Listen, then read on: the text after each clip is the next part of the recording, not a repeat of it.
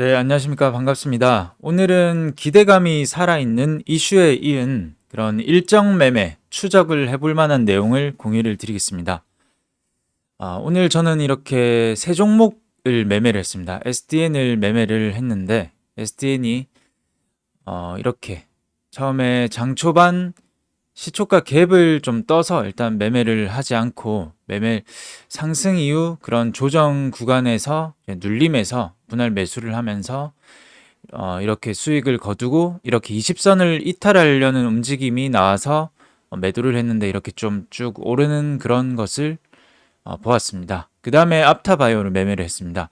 앞타바이오는 시초가가 6% 정도밖에 뜨지 않았으니까 전일 상한가 이은 그런 시세가 좀 나오지 않을까 해서 시초가 부근에 매매를 하였고 그 다음에 좀 뜰 때 분할 매도로 이렇게 대응을 하였습니다.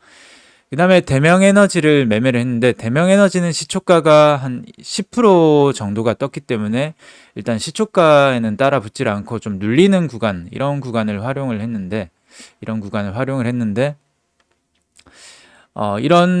21,100원입니다. 21,100원이 제가 금요일에 말씀드린 부분이 이 종가가 이 가장 많은 거래량이 터진 종가가 21,100원이기 때문에 이런 부분은 좀 지켜주지 않을까 해서 좀 매수를 했지만 여기서 지켜주지 못하고 바로 장대 이런 음봉이 장중에 나왔습니다. 그래서 이때 바로 손절매 대응을 하면서 이렇게 세 종목 매매를 했고 그 다음에 스윙 관점으로 SKO 스펙을 일단 스윙 계좌로 들어가서 좀 매매를 진행을 했습니다.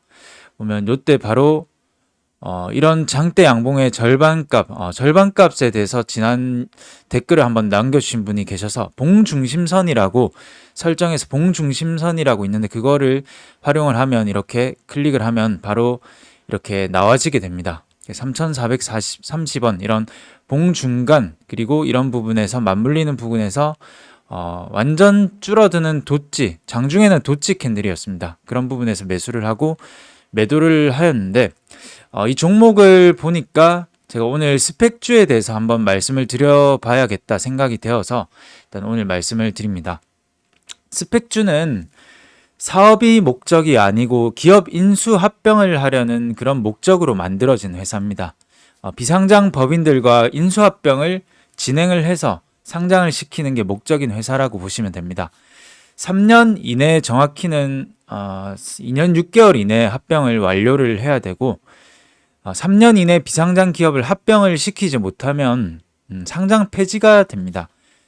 공모가는 스펙주는 2,000원의 고정이고 상장 폐지가 될 경우에는 주당 2,000원씩 플러스 이자까지 돌려주게 되는데 그렇게 일단 개념을 잡으시면 됩니다. 제가 오늘 말씀드리고 싶은 부분은 뉴스를 한번 보면 법무부 이르면 오는 9일에 사면 심사의 개최 이명박 이재용이 거론이 된다라고 그런 오늘 7월 29일 이제 뉴스입니다. 보면 이명박 전 대통령이 유력한 사명 대상자로 꼽히고 그리고 한덕수 국무총리가 이재용 삼성전자 부회장의 사면을 건의하겠다라고 밝힌 상태여서 이들이 실제 사면 대상에 포함될 가능성이 있다라고 하는 그런 이슈가 있습니다. 그렇기 때문에 오는 8월 9일 정도 전에는 이런 이슈, 일정 매매, 제가 지난 영상에 일정 매매가 이제 재료 매매의 핵심인 꽃이다라고 말씀을 드린 적이 있습니다. 그렇기 때문에 8월 9일 전에는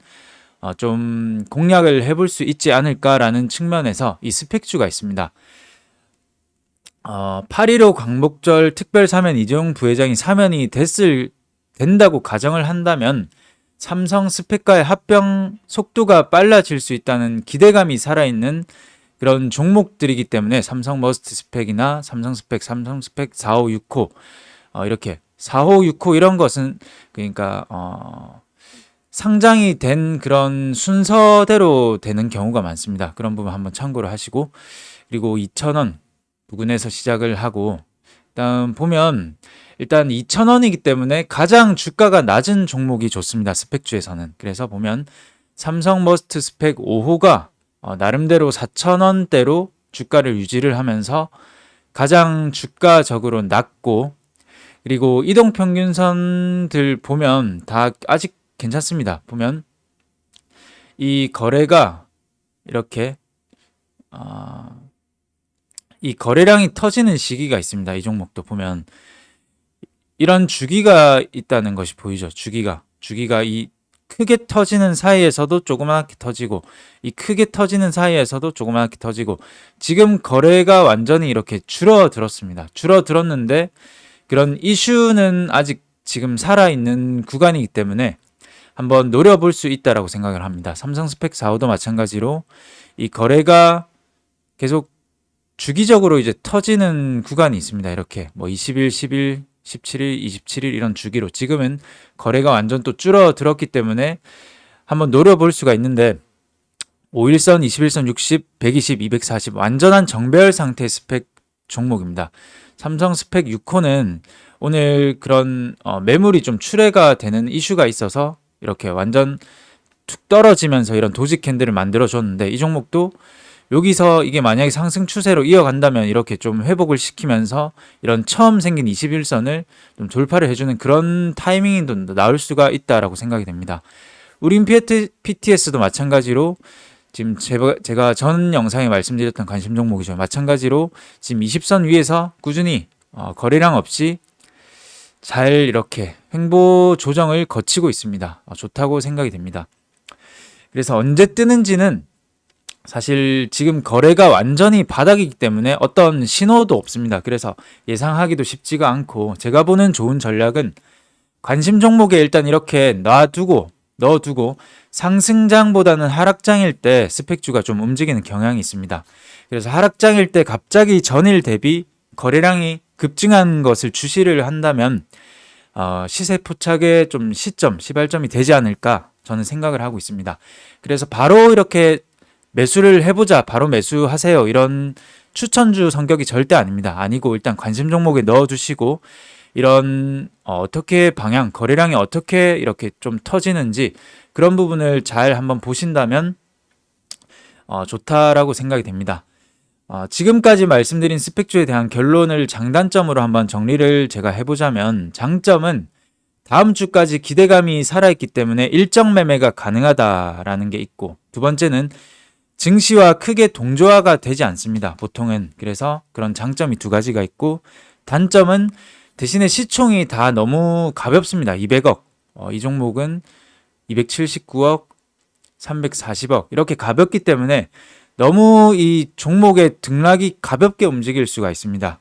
그리고 두 번째가 악재가 나올 경우 리스크가 있기 때문에 비중 조절은 꼭 해야 된다라는 단점 또한 있습니다.